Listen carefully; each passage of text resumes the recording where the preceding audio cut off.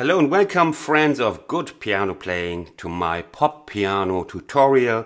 I'm Christian from Berlin, and this time it's about making the melody richer. Why would we do the melody richer? You remember the basic principle of pop and all piano is we have to cover with two hands three areas. We need a bass turns you on, we need a bass. We need the chord, of course. The chord section is here somewhere, and we have the melody up here. I showed you already that we can solve it with the bass playing left hand, taking two tasks: bass, chord, bass, chord, and the right hand is then free to do the melody that might then even be made of single notes. What if the bass is busy doing some kind of rhythm, and we need the chord still, and we need the melody? Then the right hand has to do chord notes also, and that is what this is about.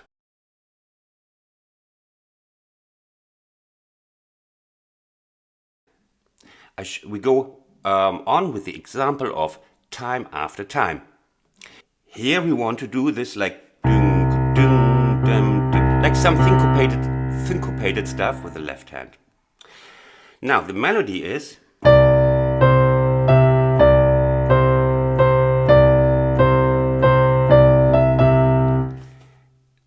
that sounds like decaffeinated coffee. There's something missing, right? There's a chord missing. Bass stays C, but over the C bass we have two chords changing. It's like D minor chord here over the C bass and the C chord. It always goes like, but this won't bring us anywhere because we have to do the melody is here. So basic position doesn't work. And now comes the tricky bit.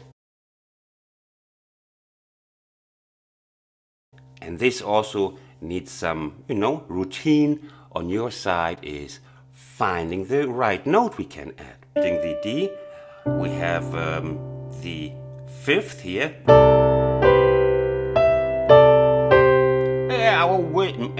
Let's see. The fifth. And we have the third of D, the minor third here. Now let's see how these sound.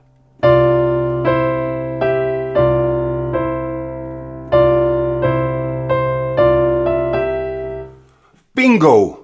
Bingo! So now we are here. We have supported this melody with the minor third of the chord D minor. Now the next melody note is the C. The chord is C now. We do the same stuff, and I can shortcut this. So now we have the perfect thing.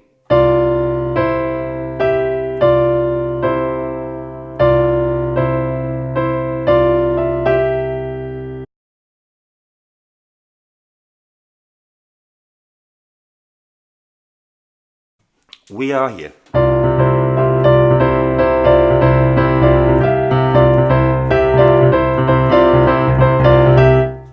Nobody played it ever that bad. But I wanted to fast forward to this one.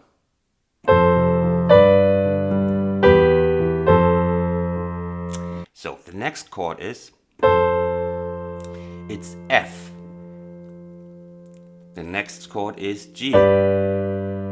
The next chord is E minor and F.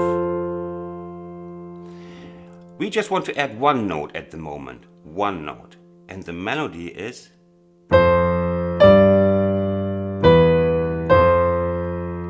hollow, chord note missing. Now what can we do now? In this case, we are not finding the sixth, but let's again look which chord notes we can add. This is the chord, this is the melody, and you know the answer already. Again, we have the here, F. The third. Watch out for the thirds, if you can. And now we have this It's also third, of course. I have this minor third here. Next chord note is this one. And next chord is G. And you can see, can you follow? Now we have melody E minor. We again add the minor third of E minor, and we are again in F. And suddenly we have a very beautiful start. I play this part again.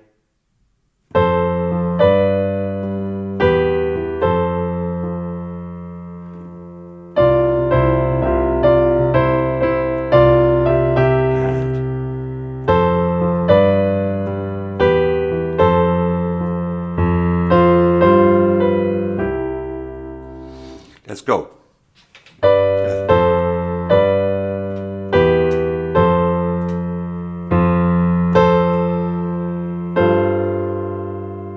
This is G7. No, it's the chord is F with G in the bass. In pop piano, we have very often this concept of one chord here and another bass here. And very often it's like this. This can be described either as G7, 9, sus4, which in many books they do, stupid as they are, but it's much easier to understand if we say it's F with G in the bass.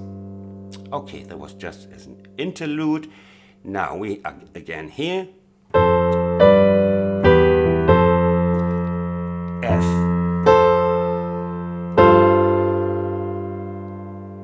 This is now F. Melody is here. So we could either add this one again, but in this case it's the dominant, and I would love to have 7 of G, which is important. So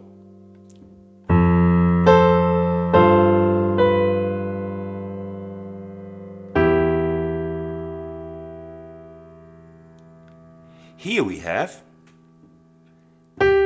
melody note G, the chord is called E minor, and we come from this third thing.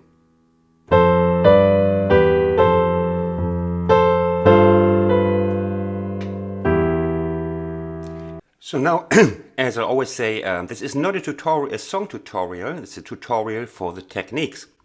So we won't do time after time in detail, but I want to see how I go on, and you will see an old friend again, like you were here.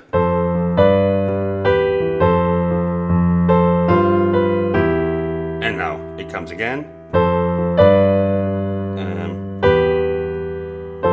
And now comes the chorus. My decision when I play it is chorus must be richer and a bit more pompous, so that the people give you tips. And then I decided to play it like this.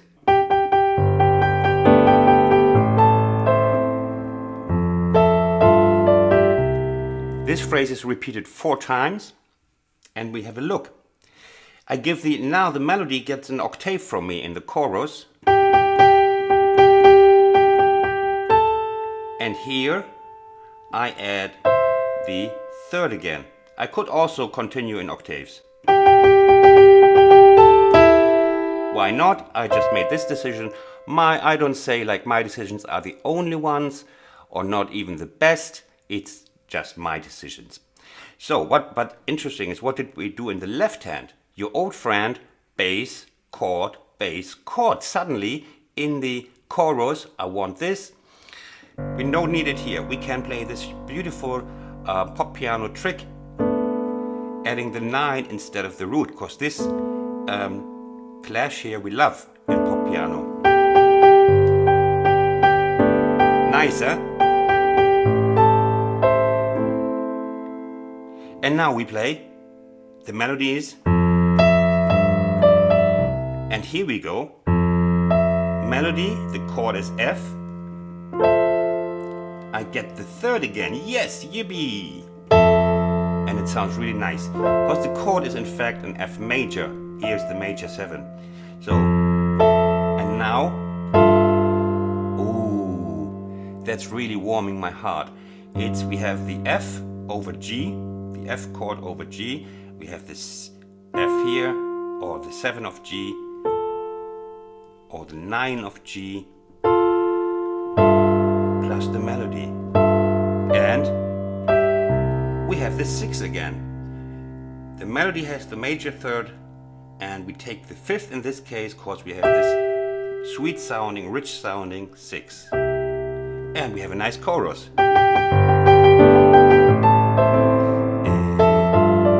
That comes again, and once more.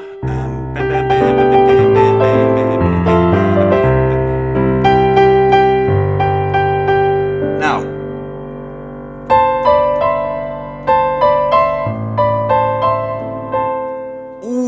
the chord is A minor. And here we have the melody, and in the end that would be too little, would be too thin, decaffeinated coffee. So here again we have these neighboring notes, and I see the minor 3rd here, and I can run them parallel.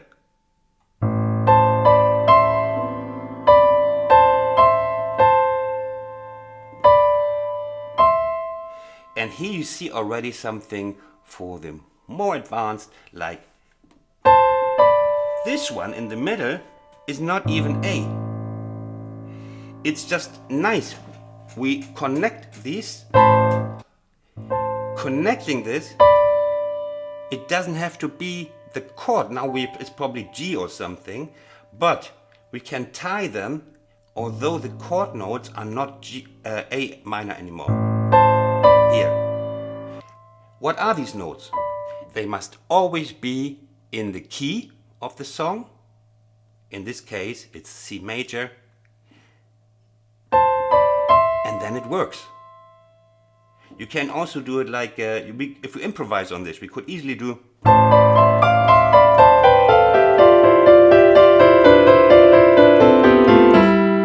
It works. If we run parallel and we use the chords of the original key, we use the notes, okay?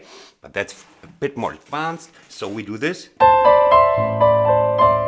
And then it's again.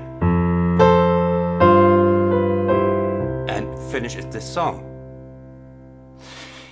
Now something important. As I told you, different techniques apply to different songs. Let's have a quick look at Candle in the Wind.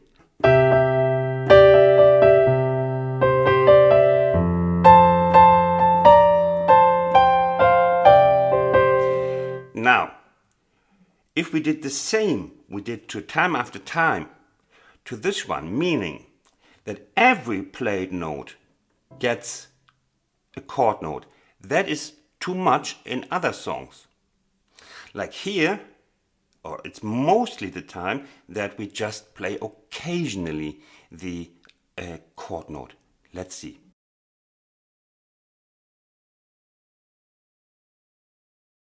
It's like, you see, I played then, I used the, I added the chord note, the melody is, but the bass doesn't want to do this at the moment, for whatever reason, and then we don't play, but we use we pick one chord note, and if we have a fast melody here, we just play occasionally this. In this case, it's the accent.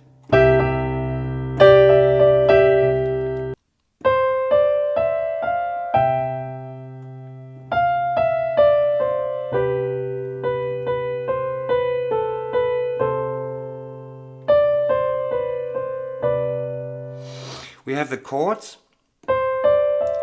C, lovely, melody here, and we get the 3rd here, lovely, that's what we want. Now the next chord is It's the chord G. Don't get confused. C is in the bass, but the chord is G over C. You see? Now,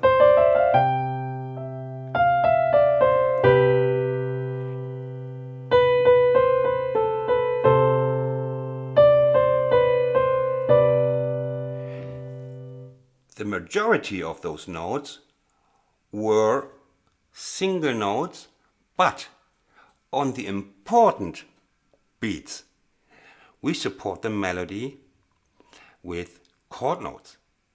1,